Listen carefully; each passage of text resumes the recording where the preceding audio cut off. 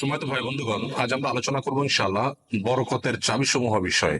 বরকত শব্দের অর্থ হলো কল্যাণ বেশি হওয়া। যে কোনো কিছুতে আল্লাহর পক্ষ থেকে কল্যাণ যুক্ত হওয়া, এটা হলো বরকত। অতএব আমাদের জীবনে, আমাদের আমলে, আমাদের রুজিতে, আমাদের ইনকামে, আমাদের সন্তান সন্ততিতে, আমাদের সব কিছুতে আল্লাহ সুবহানাহু ওয়া তাআলার পক্ষ থেকে বরকত আসবে। বেশ কিছু আমল আছে, সে আমলগুলো করলে এগুলোকে আমরা এক কথায় বলতে পারি বরকতের 10টি চাবি।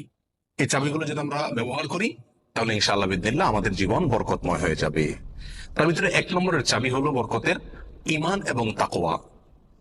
প্রিয় ভাইরা, যখন ঈমান এবং তাকওয়া কারোর মধ্যে থাকে তখন আল্লাহ সুবহানাহু ওয়া তাআলার পক্ষ থেকে বরকতের বারিধারা তার প্রতি বর্ষণ হতে থাকে। আল্লাহ সুবহানাহু ওয়া তাআলা কোরআন কারীমে বলেছেন, ওয়ালাউ আন্না আহলাল কুরআ আমানু ওয়াত্তাকাউ লাফাতাহনা আলাইহিম বারাকাতিম মিনাস সামাই ওয়াল আরদ।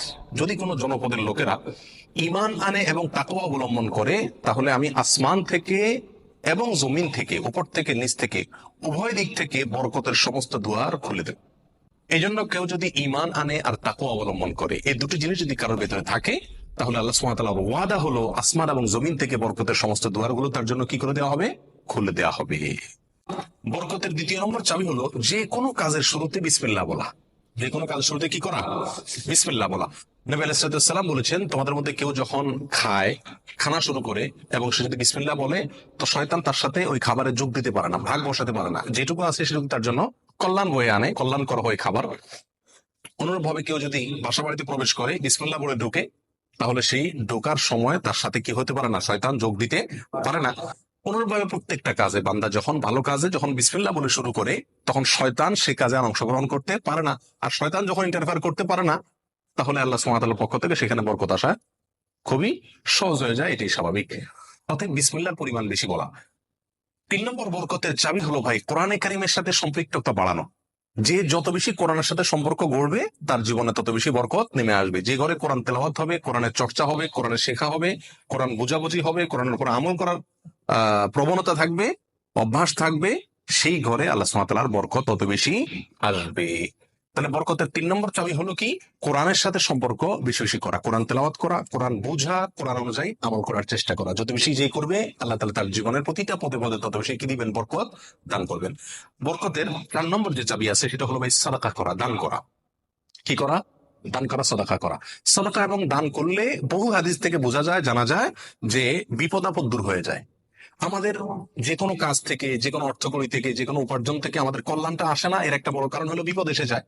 আমি একটা দোকানদারি শুরু করলাম, একটা বিপদ এসে গেল, তাহলে আমার সেখান থেকে কল্যাণটা আর আসলো না। তো বরকত যদি আপনি চান প্রত্যেকটা বস্তুতে, প্রত্যেকটা জিনিসের কল্যাণ আসুক, উপকার হোক জিনিসটা আপনার জন্য, ছোট চাকরি, অল্প আয়, ছোট ব্যবসা, এর ভিতরেই আল্লাহ তাআলা কল্যাণ দিয়ে দেখ। আপনি যদি চান তাহলে আপনাকে কি করতে হবে? সাদাকার অভ্যাস করতে হবে, দান দান। নাম্বার 5, বরকতের 5 নম্বর চাবি হলো ভাই আত্মীয় স্বজনের সাথে সম্পর্ক ভালো রাখা। এটা বহুল পরীক্ষিত একটি আমল ভাই।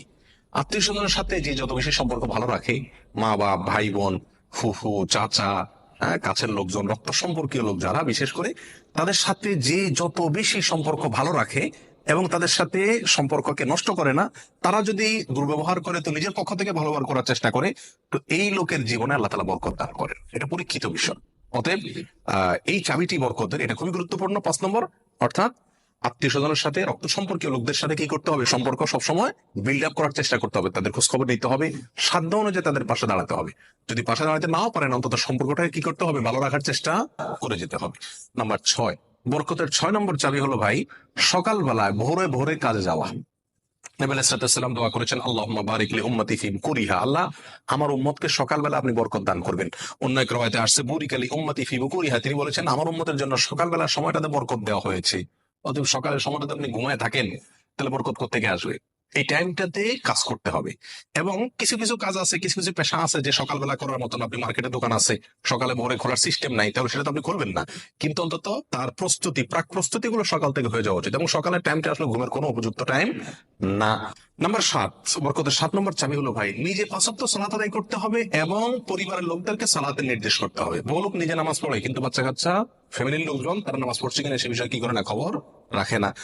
আল্লাহ সুবহানাহু ওয়া তাআলা কোরআনের ভিতরে বলেছেন, ওয়া'মুর আহলাকা বিস-সালাত, তুমি তোমার পরিবারকে নামাজের নির্দেশ করো। নিজে তো পড়তেই হবে, পরিবারকেও নির্দেশ করো। ওয়াসতাবির আলাইহা, এবং এটার উপর অটল থাকো, ধরে রাখো এটাকে। তাহলে কি হবে? লা নাসআলুকা রিজকা, আমি তোমাদের কাছ থেকে, আল্লাহ বলছেন আমি তোমাদের কাছ থেকে রিজিক চাই না। নাহনু নারযুকুকা ওয়াল আকিবাতু লিত্তাকওয়া, বরং এই কাজ করলে, আমল করলে আমি তোমাদেরকে রিজিক দেব। নাম্বার 8, বরকত 8 নম্বর চাবি হলো ভাই তাওয়াক্কুল করা, আল্লাহর উপরে, আল্লাহর উপর ভরসা করা। মুমিন যত বেশি আল্লাহর উপরে ভরসা করবে, আল্লাহ তাআলা তত বেশি তাকে সাহায্য করবে। আর আল্লাহর প্রতি ভরসা যত কমে যাবে, আস্থা যত কমে যাবে, নির্ভরতা যত কমে যাবে, দুনিয়ার কোনো বস্তুর প্রতি যখন আস্থা বেশি হয়ে যাবে, আল্লাহ তাআলা তাকে ওই বস্তুর হাতেই বেইজ্জত করে ছাড়েন। এটাই আল্লাহ সুবহানাহু ওয়া তাআলার সুন্নাহ। যার কারণে আল্লাহর প্রতি যে যত বেশি তাওয়াক্কুল করে, আল্লাহ তাআলা তাকে তত বেশি উদ্ধার করেন এবং সাহায্য করেন। বরকতের জন্য এটা একটা অন্যতম উপায়। যে যত বেশি আল্লাহর উপরে ভরসা করবে, বিশেষ করে রিজিকের ব্যাপারে, তত বেশি আল্লাহ সুবহানাহু ওয়া তাআলার পক্ষ থেকে কি আসবে? বরকত আসবে। একটু কোনো কারণে আমাদের ইনকামের উপরে চাপ আসলে, প্রেশার আসলে আমরা অস্থির হয়ে যায়, হাউতাশ হয়ে যায়, নিরাশ হয়ে যায়, অনেকে তো আজে বাজে মন্তব্য করা শুরু করি, আল্লাহর উপর তাওয়াক্কুল থাকে না। তো আসবে কোত্থেকে রিজিক? রিজিক আসবে তখন যদি আল্লাহর উপরে ভরসাটা পূর্ণ মাত্রায় থাকে। বরকতের জন্য 9 নম্বর আমল হলো বেশি বেশি ইস্তেগফার করা। কি করা ভাই? ইস্তেগফার করা। ইস্তেগফার, উঠতে চলতে ফিরতে সব সময় ইস্তেগফার করা। আস্তাগফিরুল্লাহ ওয়া আতুবু ইলাইহি, আস্তাগফিরুল্লাহ আল্লাযী লা ইলাহা ইল্লা হুয়াল হাইয়ুল কাইয়্যুম ওয়া আতুবু ইলাইহি। অথবা সাইয়্যিদুল ইস্তেগফার পড়া, কিচ্ছু না পারেন শুধু আস্তাগফিরুল্লাহ পড়া, আস্তাগফিরুল্লাহ আস্তাগফিরুল্লাহ আস্তাগফিরুল্লাহ ওয়া আতুবু ইলাইহি, এতটুকু পড়া। এবং যখন পড়বেন, অর্থ বুঝে পড়বেন। আল্লাহর কাছে ক্ষমা চাচ্ছেন আপনি, আর ক্ষমা চাইলে ক্ষমা চাওয়ার মোড থাকে আলাদা। একটা মানুষের কাছে যখন মাপ চান আপনি, তখন মাপ চাওয়ার মোড ভিন্ন থাকে না? আস্তাগফিরুল্লাহ যখন বলবো, তখন নিজের অপরাধের কথা স্মরণ করে, অথবা আমি যে বহু অপরাধ করি সে কথাটা মনে করে আল্লাহর কাছে ক্ষমা চাইবো। যত বেশি ইস্তেগফার করবো, তত বেশি রিজিক আসবে। সূরা নূহের ভিতরে আল্লাহ সুবহানাহু ওয়া তাআলা আল্লাহর নবী নূহ আলাইহিস সালাম সম্পর্কে বলেছেন যে, নূহ আলাইহিস সালাম বলেছেন তার জাতিকে, ফাকুলতু আস্তাগফিরু রাব্বাকুম ইন্নাহু কানা গাফফারা। তিনি বলেন, আমি আমার জাতিকে বলেছিলাম তোমরা তোমাদের রবের ইস্তেগফার করো, তোমাদের রব ক্ষমাশীল। তাহলে কি হবে? ইস্তেগফার করলে 1 নম্বরে তিনি ক্ষমা করবেন, তারপরে ওয়ায়ুমদিদুকুম বিআমওয়ালিন ওয়া বানিন ওয়া ইয়াজআল লাকুম জান্নাতিন ওয়া ইয়াজআল লাকুম আনহারা। সম্পদ এবং সন্তান, পরিবার, এই দুইটা দিয়ে তোমাদেরকে শক্তিশালী করবেন, রিচ করে দিবেন, সমৃদ্ধ করে দিবেন। ওয়া ইয়াজআল লাকুম জান্নাতিন ওয়া ইয়াজআল লাকুম আনহারা, তোমাদের জন্য বাগবাগিচা দিবেন এবং নহর প্রশোভন দান করবেন, অর্থাৎ রুজি রুটির বরকত দান করবেন। 10 নম্বর বরকতের চাবি হলো ভাই পরিপূর্ণ সালামের ব্যাপক পরিমাণে প্রচলন ঘটাতে হবে, দিতে হবে। সালামের পরিপূর্ণ রূপ হলো আসসালামু আলাইকুম ওয়া রাহমাতুল্লাহি ওয়া বারাকাতুহু। এখানে আমরা সবাই জানি দোয়া করা হয়, আপনার প্রতি শান্তি বর্ষিত হোক, আল্লাহর রহমত বর্ষিত হোক এবং আল্লাহর বরকত নাজিল হোক আপনার প্রতি। তাহলে আপনি যখন কারোর প্রতি সালাম দিচ্ছেন, পূর্ণাঙ্গ সালাম, আসসালামু আলাইকুম ওয়া রাহমাতুল্লাহি ওয়া বারাকাতুহু, তার মানে আপনি কেমন যেন তার জন্য বরকতের দোয়া করছেন, শান্তির দোয়া করছেন। আর হাদিসে আসছে, কোন মুসলিমের জন্য যদি আপনি বরকতের দোয়া করেন বা যে কোনো দোয়া করেন, তো ফেরেশতা আপনার জন্য দোয়া করে আল্লাহ এই বান্দাকেও আপনি দান করেন। আল্লাহ তাআলা আমাদের গোটা জীবনকে, আমাদের উপার্জনকে, আমাদের সম্পদকে, আমাদের নেক আমলকে, আমাদের সন্তান সন্ততিকে, আমাদের পরিবারকে, পরিজনকে, আমাদের চিন্তা চেতনাকে, আমাদের সবকিছুকে আল্লাহ সুবহানাহু ওয়া তাআলা বরকতময় করে দিন।